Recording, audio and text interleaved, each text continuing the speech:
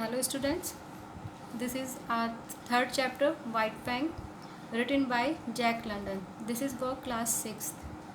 This is the story of a dog. His name is White Fang.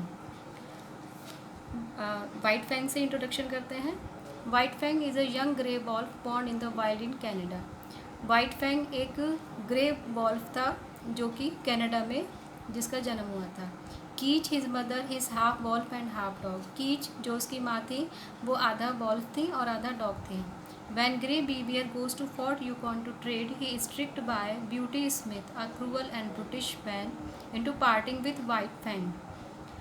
जब grey बीवियर fort Yukon trade के लिए जाता है, trade यानी व्यापार के लिए जाता है, तो वो वहाँ पर एक ब्यूटी स्मिथ नाम का आदमी होता है जो कि बहुत ही क्रूअल और बहुत ही बुरा आदमी होता है. उसके द्वारा उसको ट्रिक किया जाता है, यानी कि उसको बरगलाया जाता है, फंसाया जाता है जब वो वाइट फैंग को ख़रीदना चाहता है.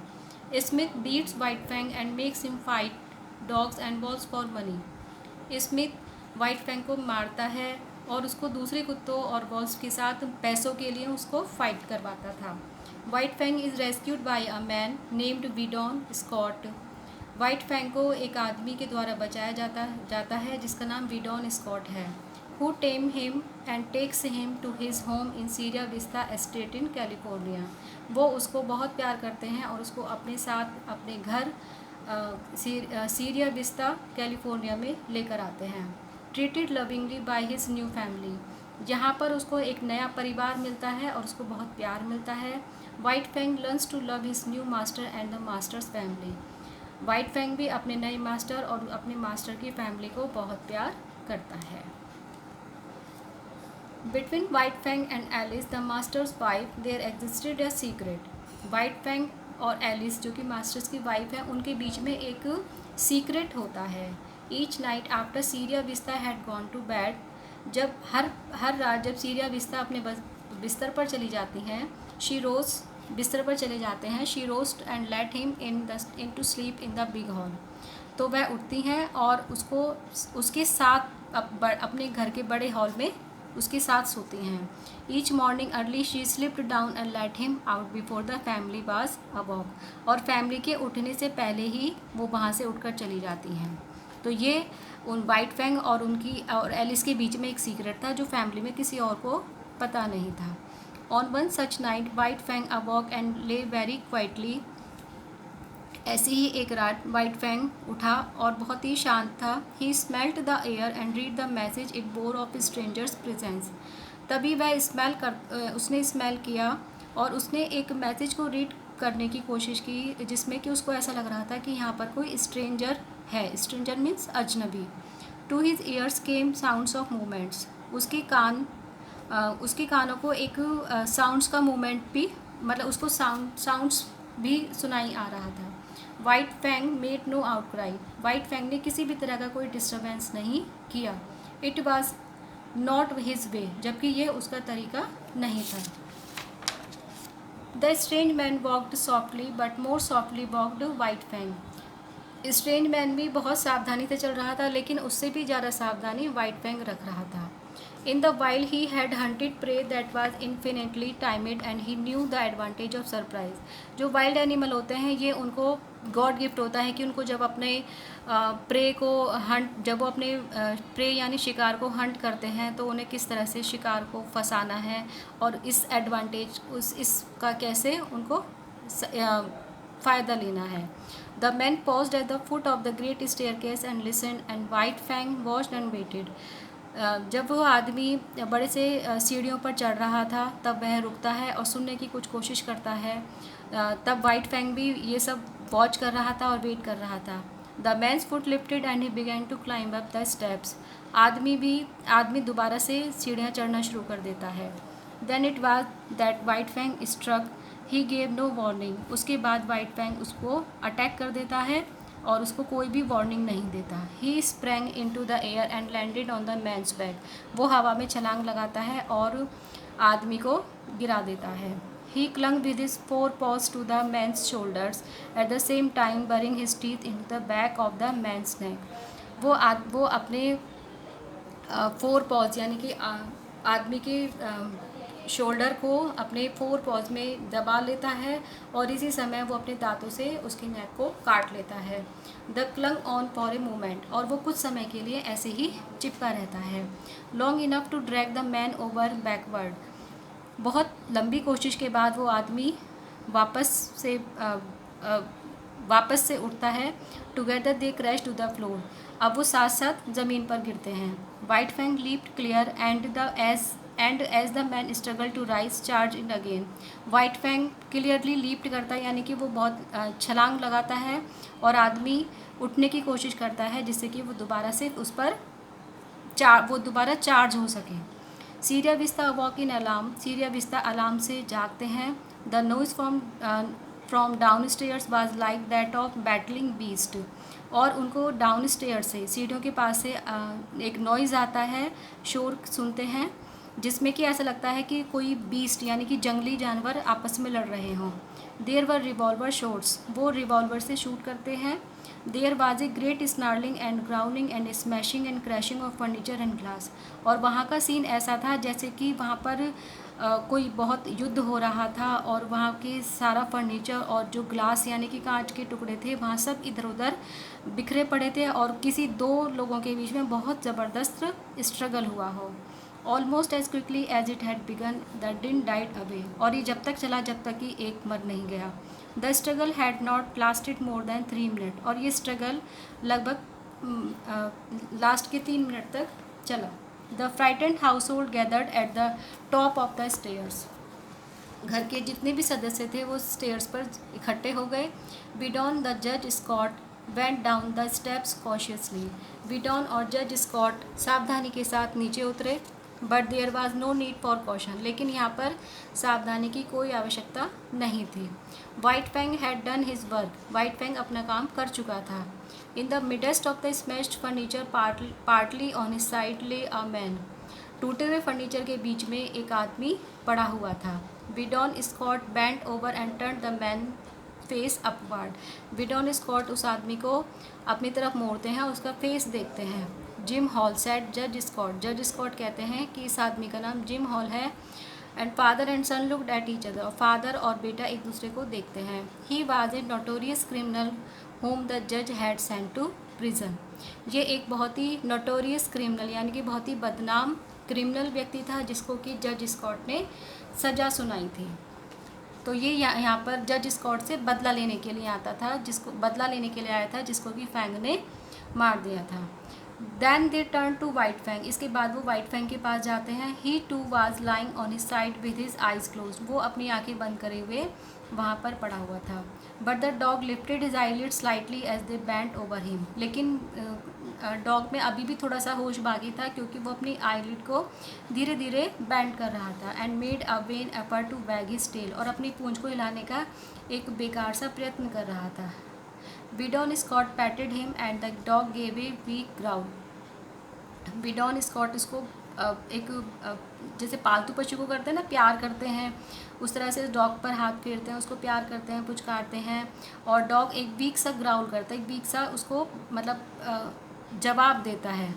Then his eyelids dropped shut and his whole body flattened out upon the floor, और उसकी आंखें बंद हो रही थी और उसकी पूरी बॉडी फ्लोर पर पड़ी हुई थी, मतलब बिना हिले डुले ऐसे ही पड़ा हुआ था वो।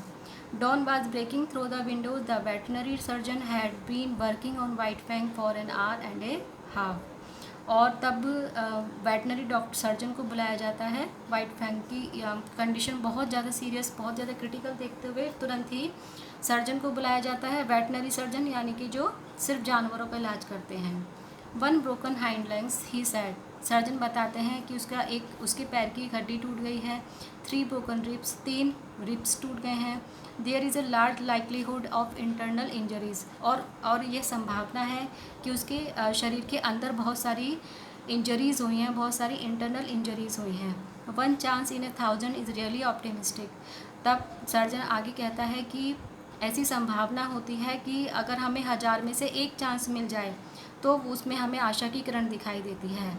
He has not a chance in 10,000, लेकिन इसके पास 10,000 चांस में से भी 1 चांस नहीं है। मतलब यहाँ पर वो ये बताने की कोशिश करते हैं कि his condition is very serious. Judge Scott exclaimed, but he must not lose any chance that might be of help to him. जज स्कॉट कहते हैं लेकिन मैं कोई भी चांस खोना नहीं चाहता, मतलब मैं कोई भी रिस्क लेना नहीं चाहता और मुझे इसके लिए आपकी हेल्प चाहिए.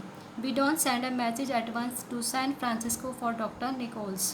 Doctor, you understand he must have every chance. We don't तुरंत ही सैन फ्रांसिस्को के डॉक्टर निकोल्स को मैसेज करते हैं और कहते हैं कि doctor you must have every chance, कि आप कोई भी चांस लीजिए, मतलब कैसे भी करके इसको बचा लीजिए. The surgeon smiled understandingly, of course he deserves all that can be done for him. तब सर्जन कहते हैं कि मैं समझ गया और बाकी में ये डिज़र्व भी करता है, जो कुछ भी इसने आपके लिए किया है उसके लिए डिज़र्व करता है. The strength and energy of the wild was in white fangs blood. जो स्ट्रेंथ और एनर्जी इसने दिखाई है वाइट फैंग ने, ये इसके ब्लड में है. And he clung to life, और इसे जीने का पूरा अधिकार है. Unable to move due to plaster cast and bandages. उसके बाद उसको प्लास्टर बांधे गए और उसको बहुत सारी बैंडेज बांधी गई. White Fang recovered slowly over several weeks. White Fang को तो थोड़ा सा रिकवर होने के लिए बहुत सारे हफ्ते लगे. वो बहुत धीरे धीरे रिकवर हो रहा था. He slept long hours and dreamed much. वो घंटों सोता रहता था और सपने देखता रहता था. All the ghost of the past arose in mind and were with him. वो अपनी पास्ट की लाइफ, जो पास्ट की लाइफ में उसने जो यातनाएं सही थी, वो उसके बारे में उसके दिमाग में घूमती रहती थी. Once again he lived in a cave with Kiche और ran for his life from the howling dog pack. एक बार वो देखता है सपने में कि कीच अपनी लाइफ को बचाने के लिए वो कीच के साथ एक केव में रहता था और वो अपनी लाइफ को बचाने के लिए भाग रहा था. उसके पीछे कुत्तों का एक झुंड पड़ा हुआ था. In his dreams he lived again his days with beauty Smith and the dog fights he had fought. और अगले एक सपने में देखता है कि वो दोबारा से ब्यूटी स्मिथ के साथ रहता है. उन दिनों के बारे में सोचता है जब वो ब्यूटी स्मिथ के साथ रहा करता था और कैसे कुत्तों के साथ वो लड़ाई करता था. At such times he whimpered and snarled in his sleep. और जब वो इस तरह के सपने देखता था तो वो एक करहाता था. विम्पर्ड यानी कि जब हम पेन में होते हैं, दर्द से कराहते हैं, इस तरह का साउंड वो निकालता था. Then came the day when the last bandage was taken off. तब वो दिन भी आया जब उसकी लास्ट बैंडेज भी हटा दी गई. It was a gala day. Gala means celebration. यह उसके लिए एक सेलिब्रेशन का दिन था. All Sierra vista was gathered round. सभी लोग उसके चारों तरफ इकट्ठे हो गए. White Fang try to rise to his feet and after several heroic efforts at last stood on his 4 legs. White Fang ने अपने पैरों पर खड़े होने की कोशिश की और बहुत सारे हीरोइक एफर्ट के बाद, बहुत सारी एफर्ट्स के बाद वो अपने पीछे की टांगों पर भी, यानी कि वो अपने चारों टांगों पर खड़ा हो गया था. Swaying back and forth. जज Scott said, just as I stated right along, no mere dog could have done what he did as a ball. जज स्कॉट कहते हैं कि लोग सोचते हैं कि सिर्फ डॉग ही आदमी का मित्र होता है, वो ही उसके लिए बहुत फेथफुल होता है, लेकिन इसने जो किया, एक वॉल्फ होते हुए जो किया, वो भी एक सत्य है. तो उसको करेक्ट करते हुए जज की वाइफ कहती हैं कि this is not a wolf, this is a blessed wolf. He will have to learn to walk again, said the surgeon. Surgeon कहते हैं कि अब इसको फिर से चलना सीखना होगा. So he might as well start right now. तो हो सकता है कि हम आज से ही शुरू कर दें. It won't hurt him, take him outside. लेकिन ध्यान रहे इसको हर्ट ना हो, आप इसे बाहर ले जाएं. Outside he went like a king with all Sierra Vista about him and tending on him. जब वे बाहर जाता है और उसको ऐसे ट्रीट किया जाता है जैसे कि वो वहाँ का राजा हो, उसको बहुत ही प्यार किया जाता है. He was very weak and when he read the lawn he lay down and rested for a while. वो बहुत कमज़ोर था और वहाँ पर लॉन में जब वो पहुँचता है तो वहीं पर नीचे लेट जाता है और थोड़ी देर के लिए आराम करता है. Then the procession moved on, little burst to strength returning to White Fang's muscles as he used them. और कुछ ऐसे ही धीरे धीरे करके वो उसमें थोड़ी थोड़ी स्ट्रेंथ वापस आती है और वो अपनी मसल्स को यूज़ करता है. They reached the stables and there in the doorway lay Kuli with half a dozen plump puppies playing about her in the sun. वो स्टेबल में पहुँचते हैं और वहाँ पर हाफ अ दर्जन, आधा दर्जन से ज़्यादा वहाँ पर पपीज़ होते हैं जो उसकी वहाँ पर खेल रहे होते हैं. White Fang looked on with wondering eyes. White Fang उनको बहुत ही प्यार भरी आंखों से उनको देखता है। The master helped one puppy towards him, master की हेल्प से वो एक पपी के साथ खेलता है। He cocked his ears and watched it curiously, उसके चॉक्ड हिज ईयर्स में मतलब वो अपने कानों को एक ही डायरेक्शन में घुमाता है, उसको वॉच करता है, बहुत ही उत्सुकता के साथ उसको देखने की कोशिश करता है, सुनने की कोशिश करता है कि वो क्या कर रहा है। Their noses touch and he felt and the warm little tongue on his jaw, वो उसको प्यार दिखाने के लिए वो उसको टच करते हैं और एक वार्म मतलब एक प्यार भरा स्पर्श करते हैं। White Fang's tongue went out and he licked the puppy's face, White Fang भी अपनी जीभ से उस पपी को लिक करता है, यानी कि उसको चाटता है और अपना प्यार दर्शाता है। देन इज वीकनेस रिटर्न, तब वापस वो वीकनेस फील करता है एंड ही लेट डाउन, और वो लेट जाता है। His head on his side as he watch the puppy, और वो एक तरफ अपना सर रख देता है और उस पपी को देखता है। The other puppies came crowding towards him and he gravely permitted them to clamber and tumble over him, और बाकी सारे पपीज़ भी उसके चारों तरफ आ जाते हैं और वो अपनी स्टूपिड सी हरकतें वहाँ पर करते हैं। Their antics continued and he lay with half shut eyes drowsing in the sun, और उनकी जो एंटिक्स यानी कि जो उनकी फुलिश जो एक्शंस होते हैं, जो उनकी जो वो हरकतें करते हैं वो जारी रहती हैं और वो अधखुली आंखों से उनको देखता रहता है। The moral of the story is when you care for and love others you become responsible for their wellbeing and safety, कि यदि आप किसी को प्यार करते हैं और उनकी परवाह करते, उनकी केयर करते हैं, उनको प्यार करते हैं, तो आप उनके लिए रिस्पॉन्सिबल भी हैं कि वो उनकी सेफ्टी के लिए और उनकी भलाई के लिए भी आप रिस्पॉन्सिबल हैं। Thank you. I hope you will understand. Thank you.